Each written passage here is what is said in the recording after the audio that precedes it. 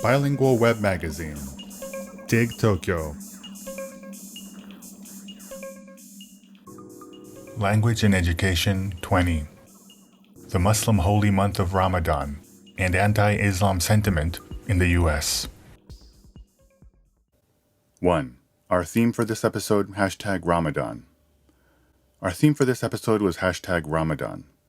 Ramadan is the 9th month of the Islamic calendar, a holy month that commemorates the first verses of the central text of Islam, the Quran, being revealed to the Prophet Muhammad. Unlike the Gregorian calendar, a solar calendar based on the Earth's revolution around the sun, the Islamic calendar is a lunar calendar, based on the monthly cycles of the moon's phases. As such, an Islamic calendar year is about 11 days shorter than a Gregorian calendar year. In 2019, Ramadan will take place between May 6th and June 4th. Ramadan is commonly associated with fasting, but fasting is only part of the rituals observed during the holy month. Between sunrise and sunset, healthy, able-bodied Muslims not only fast, abstain from food and drink, but they also abstain from sexual activity, smoking, gossip, and cursing, and immoral behavior. Through this process, Muslims direct their hearts away from worldly activities, cleanse their body and spirit, and reaffirm their faith. The process brings Muslims closer to Allah, and brings Muslim communities together around the world. Ramadan is a peaceful, spiritual time. However, contrary to the peaceful nature of Ramadan, in recent years the month has become a time for fear. In 2017, an attacker drove a van into pedestrians near Finsbury Park Mosque in London, injuring a number of people and causing one death. In 2019, 2 shootings occurred at 2 mosques in Christchurch, New Zealand, resulting in 50 deaths. Mosques routinely receive threats and hate mail, and even bomb threats. At the root of these incidents is prejudice against Muslims and Islamophobia.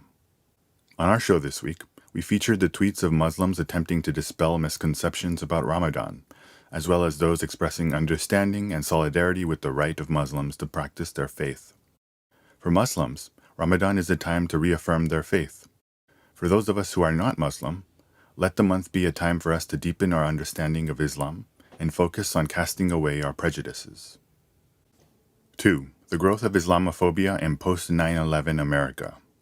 Prejudice towards Muslims exists around the world, but when reckoning with its effects and causes, the defining moment is 9/11, the series of 4 coordinated terrorist attacks by the Islamic terrorist group Al-Qaeda, known as the September 11th attacks. As the first attack on U.S. soil since Pearl Harbor, it shook America to its very core. It was a wake-up call, and in the span of a morning, a heavy, dark cloud of fear descended upon American society. In the U.S., people tend to be viewed and grouped together by their color, white and black, Asians as yellow, and Middle Easterners and Indians and Latinos as brown. In the aftermath of the September 11th attacks, many Americans began associating brown skin with Muslims and Muslims with terrorists. One example of this was discrimination against people wearing turbans, a long cloth wound around the head worn especially by Sikhs and Muslims. Despite the fact that the vast majority of those wearing turbans in the U.S. are not Muslims but Sikhs, people began berating and even assaulting people wearing turbans on the street as anti-American. For the general American public, being brown meant that you were the enemy of America. A word on turbans, hijabs, burqas, and other head coverings. In the Sikh religion, turbans are mostly worn by men. Unlike Hinduism, which is known for its strict caste system, the equality of all people is one of the core principles of Sikhism. Sikh men wear turbans to symbolize that belief. Sikh women mostly cover their heads using a long scarf known as a chunni or dupatta. As for head coverings in Islam, most will likely picture the hijab. Hijab is an Arabic word that means to cover or modest, and usually refers to a scarf that Muslim women wear in public to cover their head and neck. The hijab is just one type of head covering. There are other types that vary by region and the amount of coverage. For example, a niqab is a veil that conceals the face, leaving only the eyes exposed. A chador is a full-body cloak that leaves only the face exposed and is mostly associated with Iran. A burqa is a full-body cloak that conceals the entire face and is mostly associated with Afghanistan. In recent years, a number of countries, mainly in Europe, have passed burqa bans, which prohibit women from wearing veils that conceal their faces in public. In the Arabian Peninsula in general, men wear headdresses called kafia, shamag, gutra, and other various names depending on the region. These headdresses are not religious, but are rather a part of traditional dress, or used to provide protection from sunburn, dust, and sand. These prejudices harbored by the American public, born of fear, were nothing new. For example, between the end of the 19th century and the first half of the 20th century, Americans feared the yellow peril, the idea that hardworking Asian immigrants would steal all of their jobs. More recently, President Donald Trump has characterized Mexicans, and by extension other Central and South Americans, as drug dealers, criminals, and rapists. These examples of prejudice also stem from fear.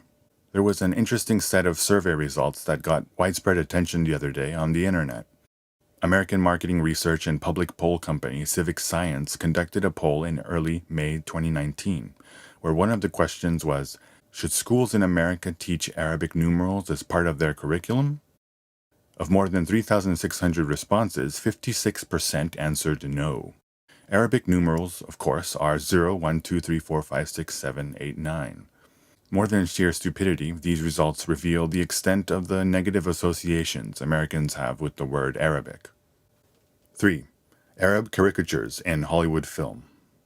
Hollywood films have played no small part in the proliferation of the prejudice against Middle Eastern people and Islamophobia. Despite the growing number of Arabic immigrants, people of Arabic descent are hardly ever depicted on TV or in Hollywood. In the few instances where they are, it is almost always as an oil sheik or terrorist. One such example from my own childhood is in the 1994 Arnold Schwarzenegger action film True Lies.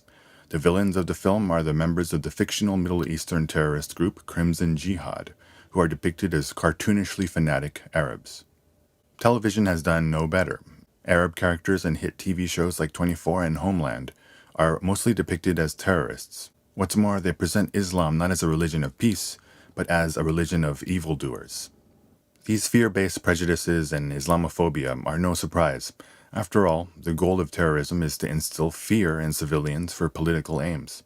Certainly, there are people out there who seek to bring American society to ruins through terrorist tactics. However, it's important to realize how since the 90s, and especially since 9/11, Hollywood films, TV, and American mass media in general have not made efforts to dispel the dark cloud of fear over American society. Rather, it has only made the cloud larger. 4. For many Americans, ignorance is bliss.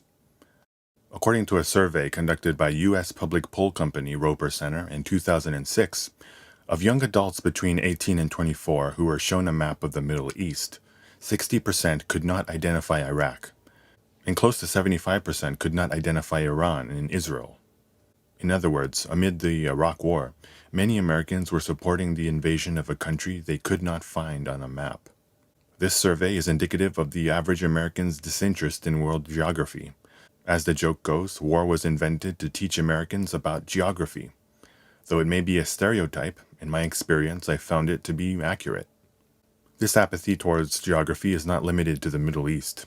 In the aforementioned Roper Center survey, only 50% of those polled could find New York on a map. So it's not a stretch to say many Americans would have trouble finding developed countries like the UK or Japan on a map. Many Americans assume English is spoken around the world, and those who cannot speak English are seen as inferior. This is why a belief as ridiculous as all Arabs are terrorists could spread. And this is not about American stupidity or laziness, but simple disinterest. Americans believe they are at the center of the world, in which case, the thinking goes, it's not their responsibility to meet the other halfway. What's more, this general apathy toward the world is also tied to the fears so many Americans harbor. To try to understand someone of a different culture is to reckon with your own prejudices. But Americans want to believe that the U.S. is a beacon of freedom and the greatest country in the world. If they could see the faces of those they have come to fear, they would see that most are not terrorists, and more importantly, that they are human beings. That, in turn, would make it difficult to drop bombs on Middle Eastern countries. As a result, they attempt to demonize the other, often subconsciously, often actively. Finally, one more interesting poll. In December 2015, the U.S. public polling company Public Policy Polling conducted a survey containing the question, would you support or oppose bombing Agrabah? 41% of those who said they supported then presidential candidate Donald Trump and 30% of Republicans were in favor of bombing Agrabah. Agrabah is the fictional setting of the Disney film Aladdin. Language and Education 20. The Muslim holy month of Ramadan and anti-Islam sentiment in the U.S.